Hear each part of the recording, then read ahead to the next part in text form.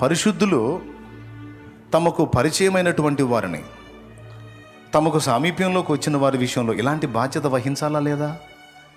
కానీ ఎంతమంది సీనియర్స్ జూనియర్స్ని దృష్టిలో పెట్టుకుంటున్నారు? ఎంతమంది వాక్యావగాహన పొందిన వారు తెలియని వారికి ప్రకటించడానికి ఇష్టపడుతున్నారు? సంకలో బైబిల్ పెట్టి సరదాగా వచ్చి కాసేపు కూర్చొని ఆరాధన చేసి పాటలు విని, పాటలు పాడి, ప్రార్థన చేసి, 4 ముక్కల వాక్యం విని, చిల్లర ఏదన్నా ఉంటే ఆ పెట్టులో వేసి స్తోత్రం ప్రభా ప్రార్థన చేయన్నయ్య అని 2 ముక్కలు ప్రార్థన చేయించుకొని టట్టడాయ అని బరిగెత్తిపోయి చికెన్ తిని నిద్రపోతున్నారు. అందుకే సంఘాలన్నీ వెలవెలబోతూ ఉన్నాయి, సంఘాలన్నీ నీరు గారిపోతూ ఉన్నాయి. ఎంత తప్పు! అసలు ఏమీ తెలియని బిడ్డని నీ సహవాసానికి ఎందుకు తెచ్చాడు దేవుడు? మీరు అంటారు అది నీ పని అన్నయ్య, నువ్వు చెప్పాలి అంటే నేను చెప్పా. నేను చెబితే ఎట్టుంది? ఇందాక నేను జల్లినట్టుంది. నేను జల్లితే కనీసం 5 బాటిల్ 5 చుక్కలు పడ్డాయా? నేను గట్టిగా జల్లితే అవతలన్న పడుతున్నాయి, యువతలన్న పడుతున్నాయి. బాటిల్ మీద పడుతున్నాయి కానీ లోపల బట్టల మీద పడుతున్నాయి. ఇంతమందికి నేను ఒక్కడే వచ్చి ఎక్కడ మనిషిని ఎక్కడ నింపగలుగుతాను? సాధ్యమా? మరేం చేయాలి? ఆల్రెడీ సమృద్ధిగా నింపబడిన వారు మిగిలిన వారిని గుర్తెరిగి వాళ్ళను నింపటం మొదలు పెట్టాలి. ఆత్మీయంగా బలపడిన వాళ్ళ కర్తవ్యం ఇది. దీన్ని ఎంతమంది పరిగణలో తీసుకుంటారు? ఎంతమంది దీని ప్రాముఖ్యతను గుర్తిస్తారండి? అలా గుర్తించిన వాళ్ళు ఒంటిగా ఆగరో, సంఘంలోకి వచ్చిన నలుగురిని ప్రభావితం చేస్తారు. ఇంటికాడున్నా సరే చుట్టుపక్కల ఉన్న నలుగురిని గ్యాదర్ చేసి వాళ్ళని కూర్చోబెట్టి వాళ్ళని దైవికంగా బలపరిచి వాళ్ళలో దేవుడి వేళకి నింపినటువంటి ఆ అభిషేకాన్ని లేక ఆ వాక్యపు ఆ జలాన్ని వారిలో నింపుతా ఉంటారు.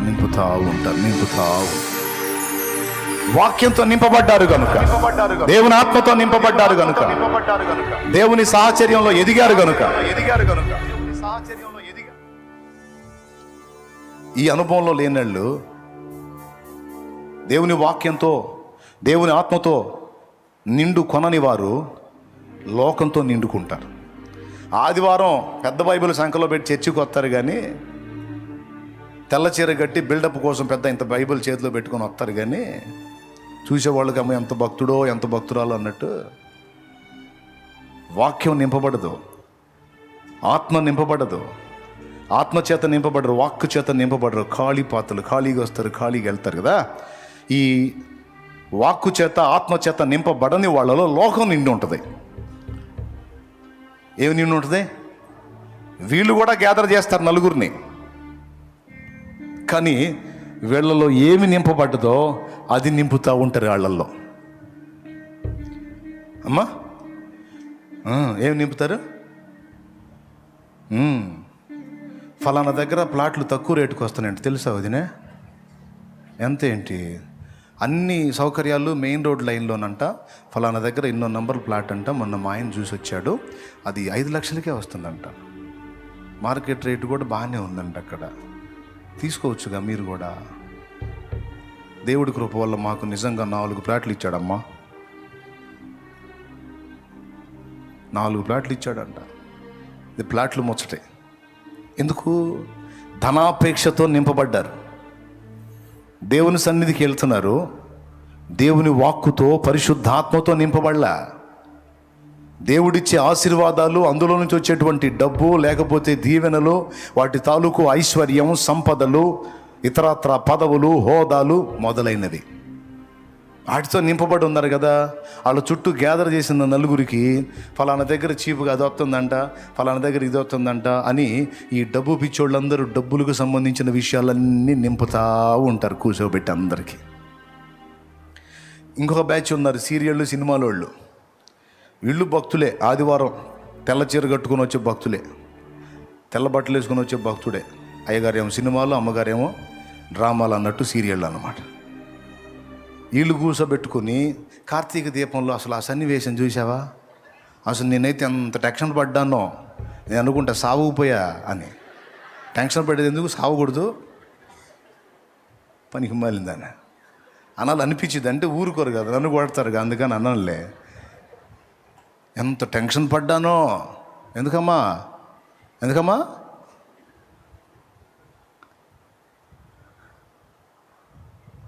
కూర్చొని అవి నింపుతూ ఉంటారు. వీళ్ళు కూడా గ్యాదర్ చేస్తారు, నలుగురిని గ్యాదర్ చేసి వీళ్ళలో నింపబడింది దేవుని వాక్యం, పరిశుద్ధాత్మ కాదు కదా. ఈ లోకపు చెత్త అంతా నింపుకున్నారు కదా. కూర్చోబెట్టి ఆ ఫలానా దానిలో ఏం జరిగింది, మొన్న నేను చూడలా, మిస్ అయ్యాను, ఏం జరిగింది, నిన్నేం జరిగింది, అంతకుముందు నేను పోయిన వారంలో చూశాను, నేను అసలు అబ్బో మామూలుగా. ఈ నింపుతూ ఉంటారు. ఎవరికి లాభం, ఎవరికి మేలు, ఎవరి ఆత్మీయ జీవితానికి ఉపయోగం? నేటి క్రైస్తవ సంఘంలో ఇలాంటి చెత్త వ్యవహారం ఎక్కువైపోయినందుననే సంఘం ఉజ్జీవాన్ని కోల్పోయి నిర్జీవంగా అడబడి ఎడుతుంది. మరికొంతమంది మరికొన్ని విశేషాలతో ఎవరెవరు దేంతో నింపబడ్డారో అయ్యే నింపుతూ ఉంటారు. నేను చెప్తున్నాను, ప్రియమైన దేవుని బిడ్డలారా, సంఘమా, ఈరోజు ఎవరు వింటున్నారో, ఇక్కడ కూర్చొని ఎవరు ఉన్నారో, మీరు చేయాల్సిన పని ఏంటి?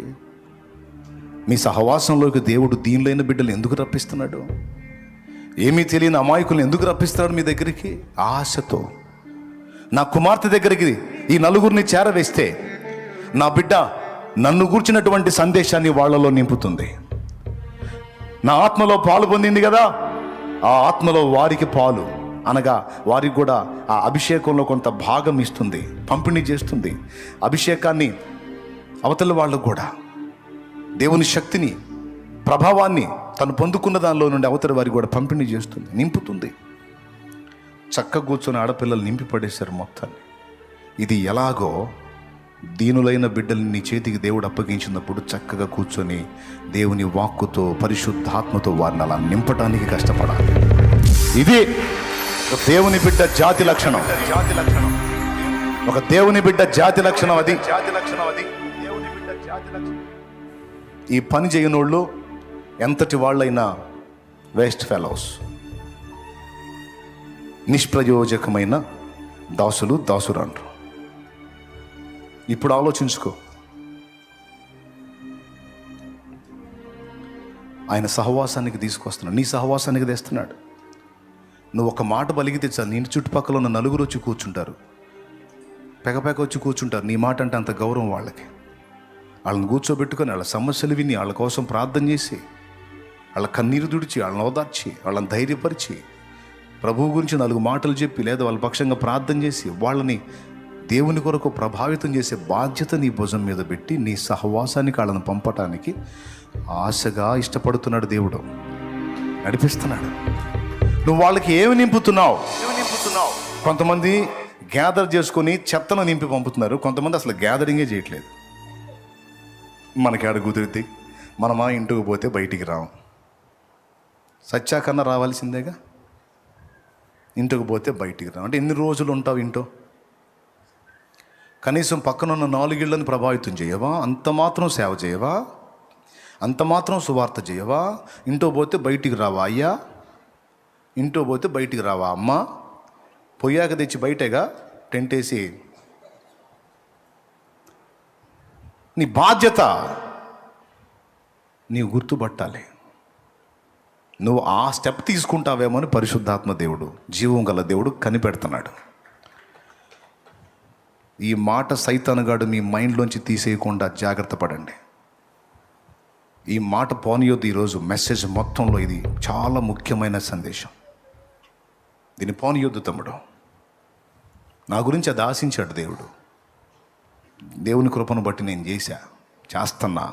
చేస్తా, నా ఊపిరి ఉన్నంత వరకు చేస్తానే ఉంటా. మిమ్మల్ని అందరినీ కూర్చోబెట్టుకొని గత 5 రోజులుగా నేను ఆ పనే చేస్తున్నా. ఆయన వాక్కుతోనూ, ఆయన ప్రభావంతోనూ, ఆయన ఆత్మతోనూ మీరు నింపబడినట్లు నేను ఆ తిప్పలే పడుతున్నా. ఏదో ఈరోజు 7 రోజులు కూటాలు పెట్టామని కాదు, రోజు నాది అదే పని. పరిశుద్ధాత్మ సంబంధివి కదా నువ్వు, పరిశుద్ధాత్మను పొందుకున్న వ్యక్తివి కదా నువ్వు, దేవుని వాక్కు చాలా కాలంగా వింటున్న వ్యక్తివి కదా నువ్వు. ఏమాత్రం నింపావు అవతల వాళ్ళకి? లేదా నీకు బాధ్యత? లేదా నీకు బాధ్యత?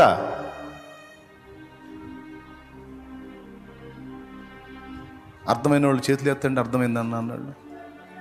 దేవునికి మహిమ చెల్లించి గట్టిగా ఒకసారి.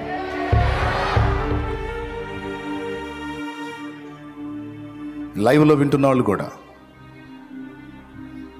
నువ్వు ఎంత నాజూకు వ్యక్తివైనా, ఎంత నువ్వు కుప్పల మీద కూర్చున్న వ్యక్తివైనా, ఐ డోంట్ కేర్. నువ్వు దేవుని పని చేయాలా. నువ్వు ఎంత గొప్ప మంచి హోదా కలిగిన వ్యక్తివైనా, నేను చెప్తున్నా కదా, నువ్వు ఎక్కడో అగ్రపీఠ మీద కూర్చున్న వ్యక్తివైనా దిగిరా దేవుని కోసం. నీ స్థాయి వాళ్ళని కూడా చెప్పు, నువ్వు దేవుని గురించి నింపో వాళ్ళని. ఏ రేంజ్లో ఉన్నాలో ఆ రేంజ్ వాళ్ళకి అందించాలి. కాలేజీలో చదువుతున్న ఒక విద్యార్థి అయితే నీతో పాటు సహవాసం చేసే నలుగురిని కూర్చోబెట్టి, వాళ్ళు నీకు లోకపు చెత్త నింపుతుంటే కూర్చొని నువ్వు వాటిని నింపుకోవటం కాదా, ఆ చెత్త నింపడానికి ట్రై చేసే నీ తోటి స్టూడెంట్స్ని కూర్చోబెట్టి నువ్వు దేవుని వాక్కుని, పరిశుద్ధాత్మని వాళ్ళలో నింపడానికి ప్రయత్నం చేయాలి. ఇది ఛాలెంజ్, ఇది సవాల్. నువ్వు జాబ్ చేసే వ్యక్తివైతే నీ కొలీగ్స్ని కూర్చోబెట్టుకొని వాళ్ళు ఆయా చెత్తంతా, లోకం చెత్తంతా నీలో నింపడానికి ట్రై చేస్తే కూర్చొని అలాగా ఇలాగా అంటాం కాదు. దేవుని వాక్కుని, దేవుని ఆత్మను వారిలోకి నింపునట్లుగా నువ్వు కృషి చేయాలి. దానికోసం ప్రార్థించాలి, ప్రేమ చూపాలి, పరిచర్య చేయాలి, సేవ చేయాలి, వారికి ఉపచారం చేయాలి, ఉపకారం చేయాలి. వారి దగ్గర దేవుడు నీకు ఇచ్చేటువంటి అంత స్థానాన్ని వారి ఆత్మలను నరకానికి పోకుండా కాపాడటానికి ఉపయోగించుకోవాలి. ముఖ్యమైనది కాదు ఇది. అరే, అన్ని ఎరిగిన నువ్వే నిర్లక్ష్యంగా ఉంటే ఇంకా దేవుని ఆత్మ తన బిడ్డని ఎక్కడికి నడపాలి? మీరే చెప్పండి. పోనీ మీరే చెప్పండి ఎక్కడికి నడపాలో. సంవత్సరాల నుంచి నువ్వు ఎదుగుతున్నావు, సంవత్సరాల నుంచి నువ్వు వింటున్నావు, నా ఆత్మను పొందుకున్నావు, నా బిడ్డ ఇదిగో నేను ఒక బిడ్డను పంపిస్తున్నాను, బలపరచమ్మా, బలపరచునానా అంటే నువ్వు పట్టించుకోవట్లేదు. మరి ఇంక ఎటు పంపాలి దేవుడు? మీ ఊర్లో వాడిని నా దగ్గర పంపుతాడా? పోనీ మీ ఊర్లో మీ ఇంటి పక్క వ్యక్తి దగ్గరికి నేను వచ్చేదా? నువ్వు బాగానే ఉన్నావు కదా, నువ్వు ఇంకా సజీవురాలుగానే ఉన్నావు కదా. బాధ్యత గుర్తుపట్టండి, జాగ్రత్త పడండి. దేవుని ఆత్మని నింపుకోవటం కాదు, దేవుని శక్తితో నింపబడటం కాదు, దేవుని వాక్కుతో నింపబడటం మాత్రమే కాదు, వివేకంతో ప్రవర్తించటం, అందులో ఇది కూడా ఒక ముఖ్య భాగం.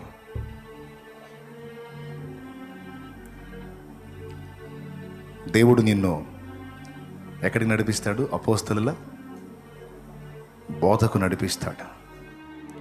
అపోస్తలుల సహవాసంలో నీకు సత్యవాక్యం దొరుకుతుంది. ఏది అవసరమో ఆ ప్రాముఖ్యమైన సమకాలీన సమాజానికి అవసరమైన ఉపదేశం నీకు అక్కడ లభిస్తుంది.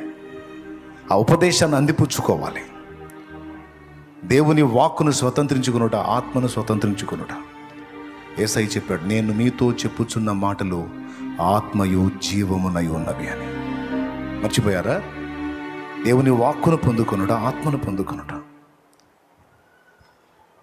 నేను మీతో చెప్పుచున్న మాటలు ఆత్మయు, ఎక్కడుందా వచనం? అంటే దేవుని మాటల్ని పొందుకున్నవాడు ఆత్మను పొందుకున్నవాడే. యోహాను సువార్త 6:63. ఆత్మయే జీవింపజేయుచున్నది, శరీరము కేవలం నిష్ప్రయోజనము.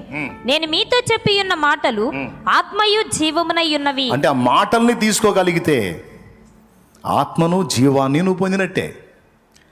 కాబట్టి దేవుని వాక్కు చేత దేవుని జీవాన్ని, దేవుని ఆత్మని పొందుకున్నావు. దేవుని వాక్కు నీలో నిలిచినంతసేపు, దేవుని వాక్కు నీలో ఉన్నంతసేపు దేవుని జీవం, దేవుని ఆత్మ నీలో ఉన్నారు.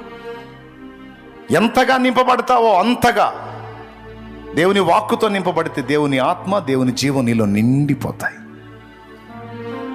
అలా నింపబడిన నీవు ఏం చేయాలని చెప్పాడు? ఇతరులకు కూడా వాటిని నింపాలి.